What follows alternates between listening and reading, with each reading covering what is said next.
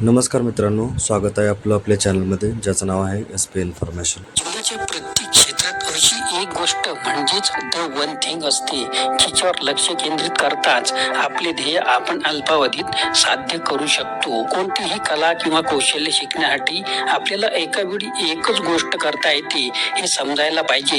एक ना धड भराभर चिंध्या या मराठी म्हणीप्रमाणे आज दुसऱ्यांच्या कला कौशल्यांना पाहून त्यांच्यासारखेच आपणही करावे, आपल्यालाही या गोष्टी जमायला पाहिजे असे वाटणे साहजिकच आहे. कोणतीही कला किंवा कौशल्य शिकण्यासाठी आपल्याला एका वेळी एकच गोष्ट करता येते हे समजायला पाहिजे.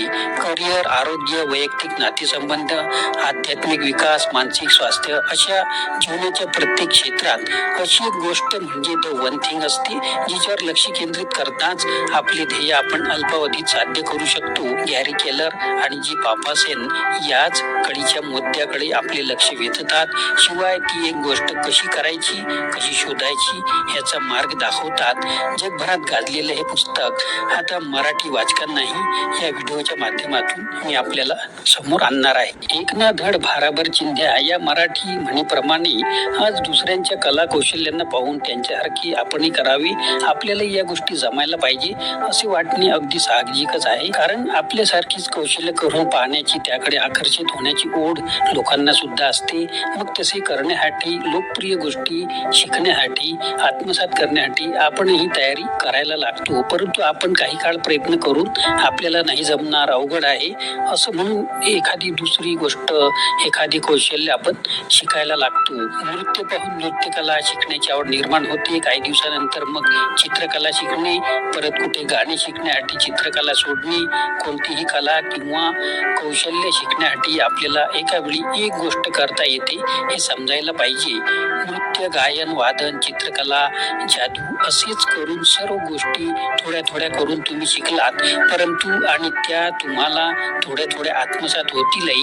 त्याचा परिणाम असा होईल की तुम्ही सर्वच गोष्टी करण्याच्या नादात त्या सर्वांमध्ये सरासरी किंवा काही प्रमाणातच शिकाल. तुम्ही एकाही गोष्टीमध्ये, कौशल्यामध्ये निपुण होणार नाही. वन थिंग हे पुस्तक वाचल्यानंतर तुम्हाला असं कळून चुकेल की तुम्ही कितीतरी गोष्टी चुकीच्या पद्धतीने करत आला आहात. आपल्यासारखेच बरेच जण ही चूक करतात. कोणत्याही एका गोष्टीवर आपलं लक्ष केंद्रित करत नाहीत. शिवाय खूपसा या गोष्टी एकाच वेळी करण्याचा प्रयत्न सुद्धा करतात. आणि हेच एक मुख्य कारण आहे की ज्यामुळे आपण कोणत्याच गोष्टीमध्ये प्रावीण्य मिळवत नाही. जर तुम्ही थोडं लक्ष दिला तर तुम्हाला समजेल की ते सर्व लोक जे यशस्वी झाले आहेत ते एकाच गोष्टीमुळे की त्यांनी फक्त एकाच गोष्टीवर लक्ष केंद्रित केलं आणि त्यावर ते मेहनत करत राहिले जोपर्यंत ती एक गोष्ट त्यांना यश देत नाही तोपर्यंत.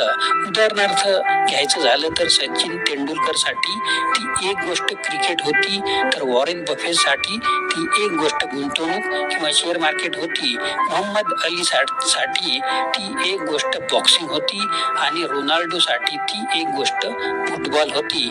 आज आपण वॉरेन बफेटला जगातील एक यशस्वी गुंतवणूकदार म्हणून ओळखतो, कारण त्यांनी एकाच वेळी गुंतवणूक करणे याचबरोबर शिकणे, एक चांगला नट, रोनाल्डो सारखा एक फुटबॉलपटू किंवा मोहम्मद अली सारखा एक बॉक्सर बनण्याचा प्रयत्न केला नाही, परंतु गुंतवणूक ह्या एकाच गोष्टीवर सर्व लक्ष दिलं आणि संपूर्ण लक्ष केंद्रित करून त्यावर काम करत राहिले, शिकले आणि म्हणूनच ते जगातील एक श्रीमंत गुंतवणूकदार व्यक्ती बनलेले आहेत.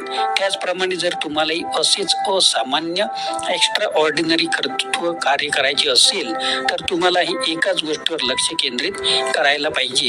आपल्यापैकी कित्येक लोकांचा लक्ष देखील खूप व्यापक, बोर्ड आणि मोठा असतो. बरेच जण एका गोष्टीवरून दुसऱ्या गोष्टीवर जात राहतात किंवा एकाच वेळी खूपशा गोष्टी करण्याचा प्रयत्न करत असतात. 11% वाला बॉन्ड कितना रिटर्न देगा जी? कौन सा?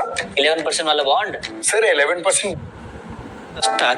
त्यामुळे त्यांचा लक्ष जे आहे ते विभाजित होतो आणि त्यांचा जो परिणाम आहे तो त्यांना मिळत नाही. तुम्हाला चांगले परिणाम मिळवण्यासाठी तुमचे लक्ष जेवढे शक्य असेल तेवढे नॅरो म्हणजे संकुचित केंद्रित ठेवायला पाहिजे.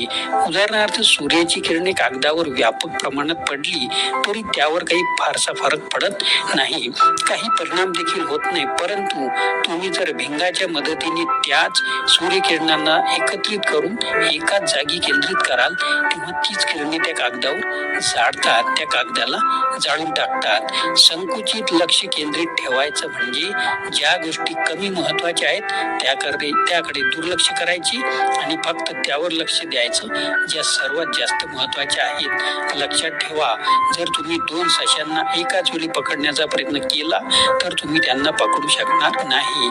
माणूस एकाच वेळी अनेक गोष्टी करू शकतो हे अत्यंत चुकीचे आहे. माणूस एकाच वेळी अनेक गोष्टी करू शकतो हे चुकीचे कसे? तर एकाच वेळी अनेक कामे करण्याची संकल्पना संगणकामुळे आलेली आहे, परंतु प्रत्यक्षात संगणकही एकाच वेळी सगळी कामे करत नाही. तर एक काम पटकन संपून ते दुसरे काम करते आणि त्यामुळेच आपल्याला असे वाटते की सगळी कामे एकाच वेळी करत आहे. माणसाच्या बाबतीत मात्र असे होत नाही. तुम्ही कोणतीही 2 कामे तेवढ्या परिणामकारकपणे करू शकत नाही. आता जर तुम्ही म्हणाल की मी गाडी चालवताना फोनवरही बोलतो आणि दोन्ही कामे चांगल्या प्रकारे करतो, तर तसे होणे शक्य नाही. कारण जेव्हा तुम्ही 2 कामे करत असता तेव्हा तुमचा मेंदू 2 पैकी एका कामाला फोरग्राऊंड वरती ठेवतो, ज्यावर तुमचं लक्ष केंद्रित असतं, आणि दुसऱ्या कामाला ते बॅकग्राऊंड मध्ये ठेवतो, ज्यावर तुमचं कमी लक्ष असतं. उदाहरणार्थ समजा की तुम्ही फोनवर बोलता बोलता बागेमध्ये चालत आहात, तेव्हा तुमचं जास्तीत जास्त लक्ष फोनवरील संभाषणावर असेल. ते काम तुमच्या मेंदूच्या फोरग्राऊंड वरती चालू असेल, बागेत नाही. पण जर का तुम्हाला एखादा रस्ता ओलांडून जायचा आहे, ज्यावरून जोरजोरात वेगात गाड्याची ये जा चालू आहे, तर तुम्ही लगेच तुमचं लक्ष फोनवरून बाजूला करून नक्कीच रस्त्यावर लक्ष केंद्रित कराल. जर तुम्हाला तुमचा जीव प्रिय असेल तर. प्रबळ इच्छाशक्ती ही मर्यादित असते. प्रबळ इच्छाशक्तीवर गॅरी कॅलरचं एक महत्वाचं वाक्य आहे जे मला इथे आठवत आहे, ते ऐकून घ्या.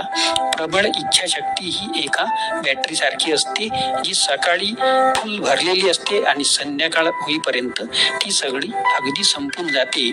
आपल्या सर्वांबरोबर हे खूपदा होत असते.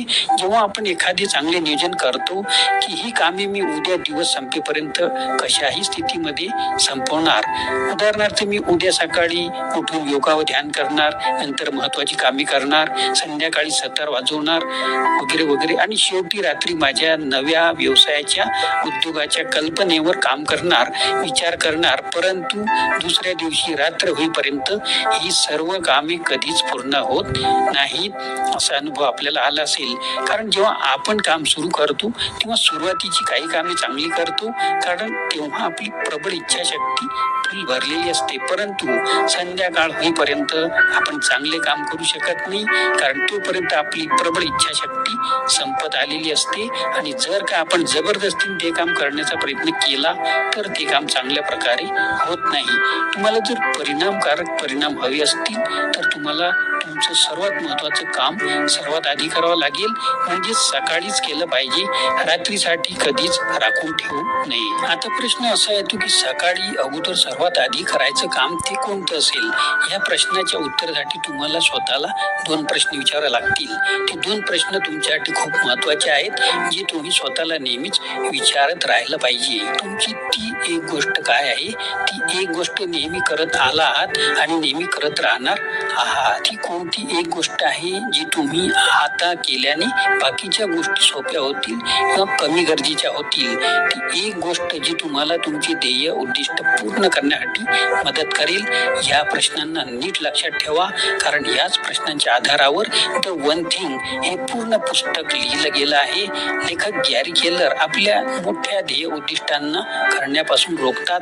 ते असं म्हणत नाहीत की तुम्ही मोठे विचार करूनच नका, त्यापेक्षा तुम्ही छोट्या छोट्या ध्येयांना जास्त विचार करा आणि ते पूर्ण करा.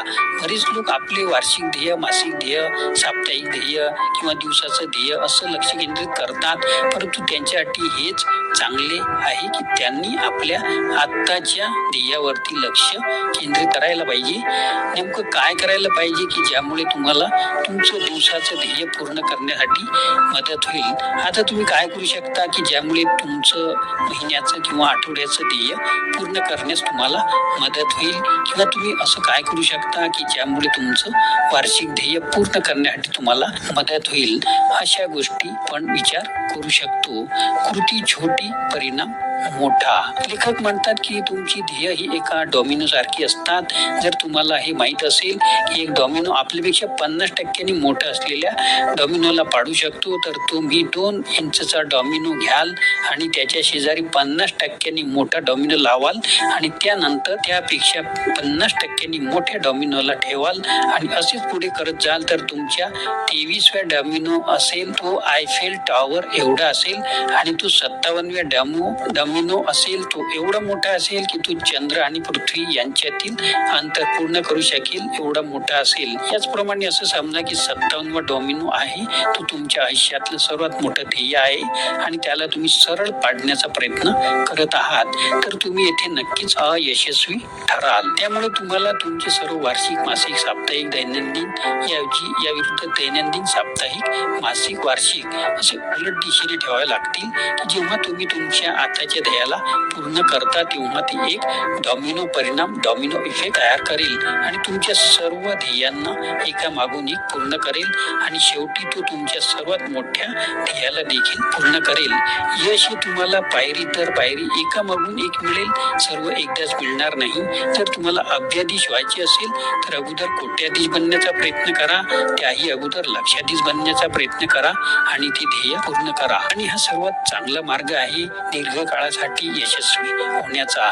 आपल्याला हे ध्येय पूर्ण करण्यासाठी दिवसातील कमीत कमी 4 तास तरी एका गोष्टीला द्यायला पाहिजे. समजा तुमची ती एक गोष्ट बुद्धिबळ खेळणे आहे, तर तुम्ही दिवसातील 4 तास त्यासाठी राखून ठेवले पाहिजे. याचा अर्थ असा नाही की तुम्ही 4 तास फक्त सरावच करायची, तर त्यावेळेस तुम्ही त्या खेळाबद्दल माहिती गोळा करू शकता, इतरांशी त्याबद्दल चर्चा करू शकता, नवीन डावपेच शिकू शकता. ही त्या 4 तासांमध्ये येऊ शकतं. मित्रांनो, या पुस्तकाचा सारांश आपल्याला कसा वाटला? मित्रांनो, आपल्याला व्हिडिओ आवडल्यास लाईक करा, शेअर करा, सबस्क्राईब करा.